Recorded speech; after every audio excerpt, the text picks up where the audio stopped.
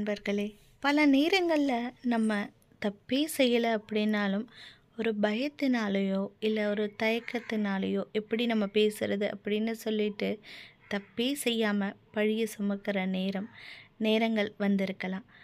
அந்த நேரங்கள் பல இக்கட்டான சூழ்நிலைகளால் பின்னப்பட்டு இருக்கலாம். சரி வாங்க, இந்த கதையில் என்ன ஆகுதுன்னு பார்ப்போம். அதுக்கு முன்னாடி நம்ம சேனலை இன்னும் சப்ஸ்கிரைப் பண்ணலைன்னா சப்ஸ்கிரைப் பண்ணிவிடுங்க. இந்த வீடியோ பிடிச்சிருந்தா லைக் பண்ணுங்கள், ஷேர் பண்ணுங்கள், கமெண்ட் பண்ணுங்கள். வாங்க கதைக்குள்ளே போகலாம். அழகான நாடு அது. அந்த நாட்டோட அரசர் ரொம்பவும் அன்பானவர். ஆனால் தப்பு செஞ்சாங்கன்னு தெரிஞ்சால் உடனே தண்டனை தான், மன்னிப்பே கிடையாது. இன்னும் சொல்லப்போனால் ரொம்ப இரக்க மனம் கொண்டவர். உதவின்னு வர்றவங்களுக்கு அள்ளி அள்ளி கொடுக்குற கொடைவல்லல். அவர் என்ன பண்ணுறாருன்னா, அவருடைய மனைவி மீது ஒரு அலாதி அன்பு அவருக்கு. அதனால் நந்தவனத்தில் ஒரு அழகான குளத்தை கட்டி கொடுத்துருந்தாங்க மகாராணியாருக்காக.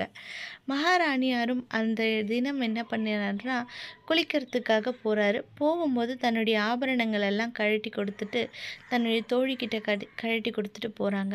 அந்த தோழி என்ன பண்ணுறாங்க, அந்த ஆபரணத்தெல்லாம் எடுத்து பத்திரமா ஒரு மூட்டை மாதிரி கட்டிடுறாங்க. கட்டிட்டு நந்தவனத்தில் கொஞ்ச நேரம் உலாவுறாங்க வச்சுக்கிட்டு. கால் அசதியாகிடுது. என்ன செய்கிறதுன்னு தெரியாமல் ஒரு மரத்துக்கு அடியில் போய் உட்கார்றாங்க. அசதியில் கண்ணை இருந்து தூங்கிடுறாங்க. கண்ணை விழித்து பார்த்தா அந்த ஆபரணம் வச்சுருந்த மூட்டை பிரிக்கப்பட்டிருந்தது. என்ன செய்யறதுனே தெரியல அவங்களுக்கு.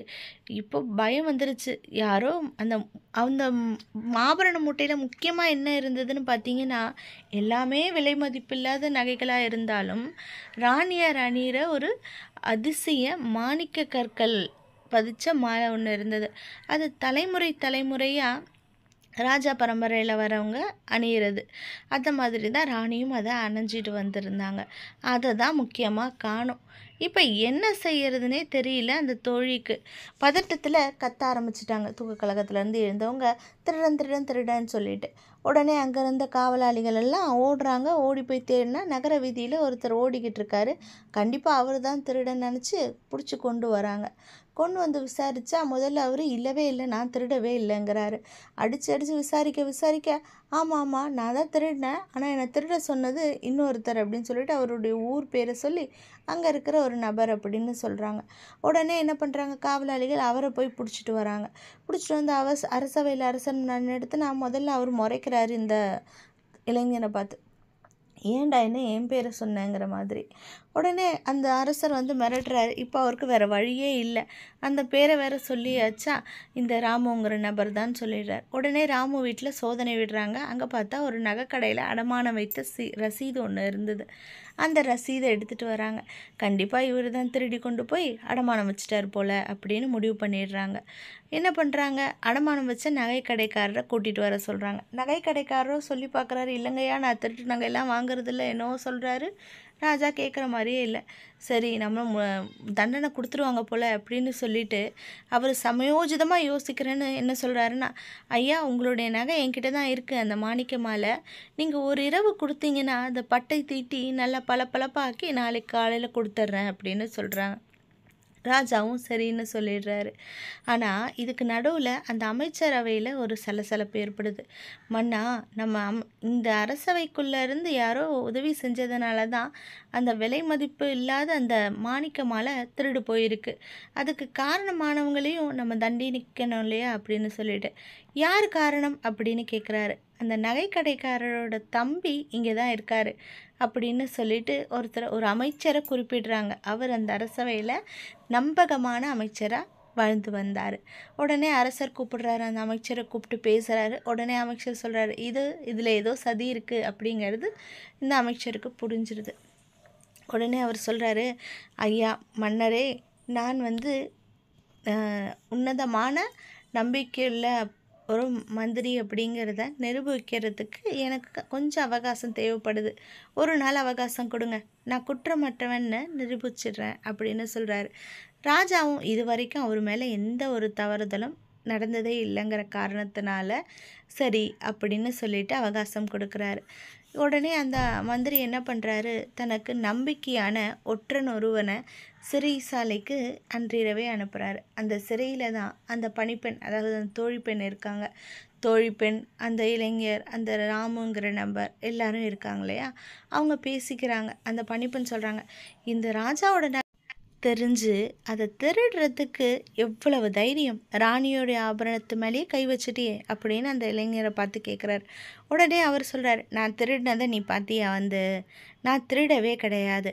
நீ தூக்கத்தில் என்ன நடந்ததுன்னு தெரியாமல் திருடுன்னு சொல்லவும் அந்த காவலாளிகள் என்னை பிடிச்சிட்டு போயிட்டாங்க. என்ன நடந்ததுன்னு உண்மையை சொல்லியிருந்தா எனக்கும் இந்த நிலைமை இல்லை, உனக்கும் இந்த நிலைமை இல்லைல்ல அப்படின்னு கேட்குறாரு. உடனே அந்த ராமு சொல்கிறாரு, அடப்பாவி, நீ திருடவே இல்லை அப்படின்னா எதுக்காக ஏன் பேரை சொன்ன அப்படின்னுட்டு. உடனே அந்த இளைஞர் சொல்கிறாரு, நான் மட்டும் இருந்தால் எப்படி இங்கே, நீ தானே எனக்கு எப்போ பாரு ஏதாவது சண்டை போட்டுக்கிட்டே இருக்க, எனக்கு பிரச்சனையாகவே இருக்க, அதனால தான் உன்னையும் சேர்த்து மாட்டி விட்டேன் அப்படின்னு சொல்லிட்டு.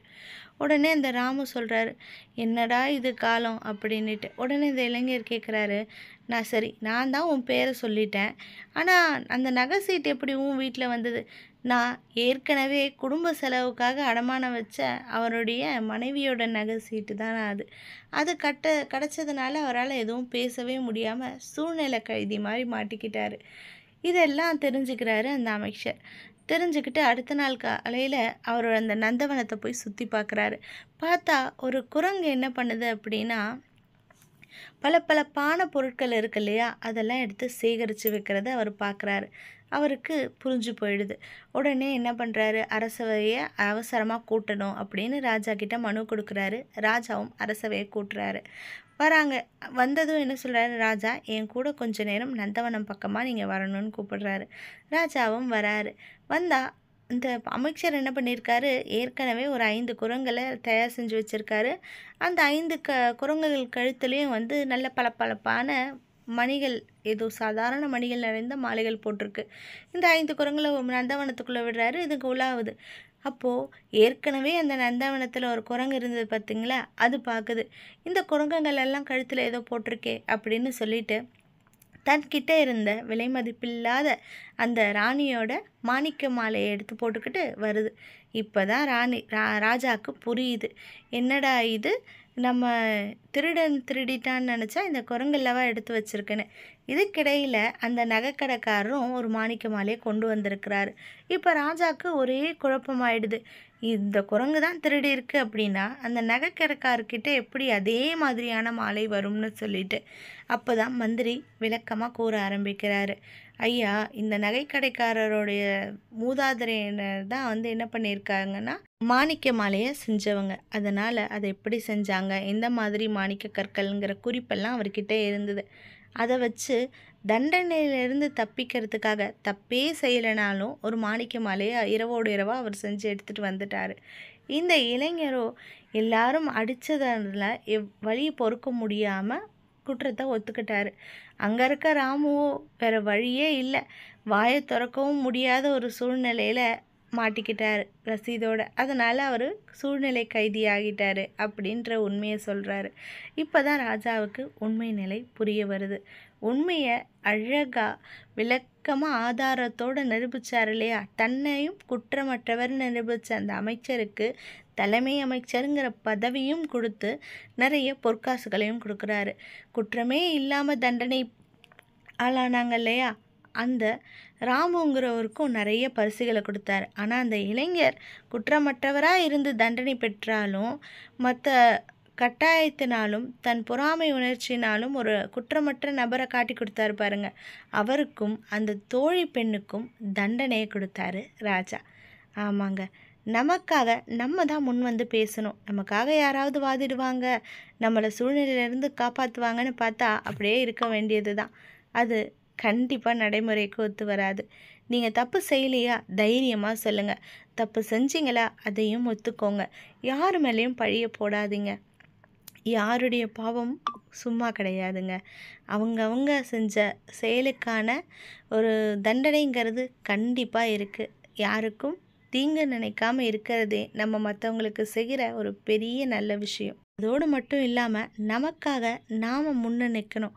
ஆமாம், நான் தப்பு செய்யலை, எனக்காக எதுக்கு இந்த தண்டனை அப்படின்னு ராஜாவாக இருந்தாலும் எதிர்த்து பேசாமல் ஆதாரத்தோடு நிரூபித்தார் பாருங்க மரியாதையுடன்.